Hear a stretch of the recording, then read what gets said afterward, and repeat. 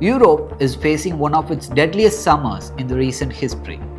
Temperatures have crossed 40 degrees Celsius across several countries, including Germany, Poland, and the Czech Republic. But the real story isn't just about the temperature itself. More than 1,300 excess deaths have already been recorded across Europe since last June. In Spain alone, over 1,000 people have reportedly died due to heat-related causes during the latest heat wave. Hospitals are under pressure, transport services have been disrupted, power infrastructure is struggling, and now scientists are warning that Europe is experiencing one of its most severe heat waves on record. So, why is Europe being pushed to the brink by temperature that many Indians experience every summer? Let's understand. For decades, Europe was known for its relatively mild summers. Temperatures above 40 degrees Celsius were rare. But that is changing rapidly. Climate scientists say Europe is now the fastest warming continent on Earth, warming nearly twice as fast the global average. What was once considered a once-in-a-generation heat wave is now becoming an almost annual event. The consequences are devastating. According to health authorities, France has reported around 1,000 excess deaths linked to the recent heat wave. Spain has recorded more than 1,000 heat-related deaths. Many of those who died were elderly people, but doctors say extreme heat affects everyone. When temperatures remain high for several days, the human body struggles to cool itself. That leads to dehydration, heat exhaustion, and in severe cases, heat stroke.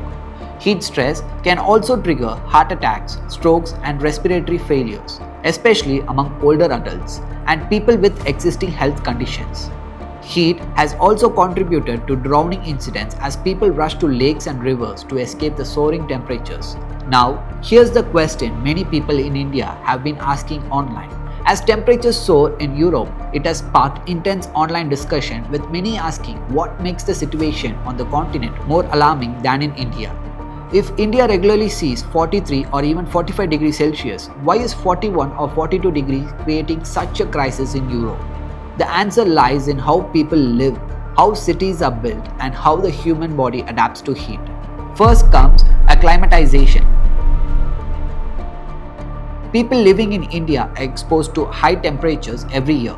Over time, the body adapts. It begins sweating earlier, produces more sweat, and becomes better at cooling itself. But in Europe, where prolonged extreme heat has historically been rare, most people have never had to adapt in the same way. The second reason is housing.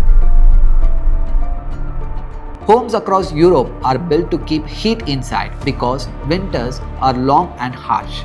Heavy insulation, smaller windows, and central heating systems help retain warmth during the colder months.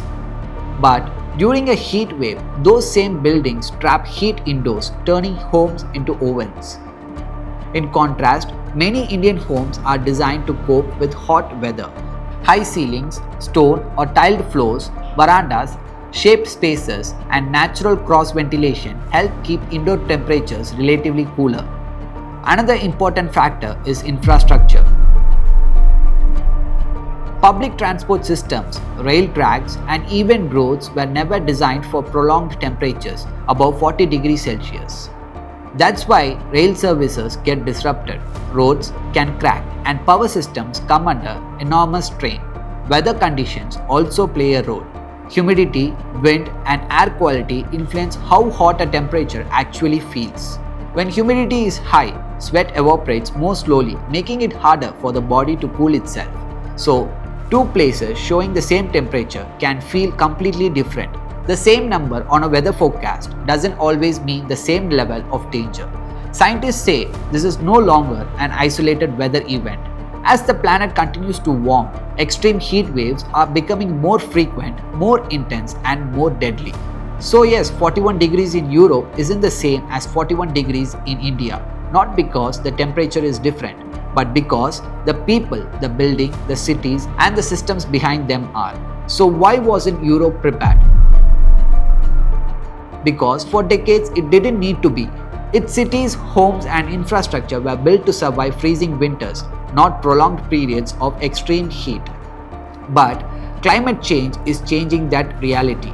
Experts say Europe must now invest in heat-resilient cities, public cooling centers, stronger power infrastructure, more urban green spaces to reduce heat island, and treat extreme heat waves like natural disaster by introducing early warning systems, public alerts, and emergency response plan. Because this isn't just another record-breaking heat wave, it could be a preview of Europe's new normal. And in the end, surviving extreme heat isn't just about how hot it gets. In a warming world, the biggest difference isn't the temperature, it's how prepared a country is before the heat arrives.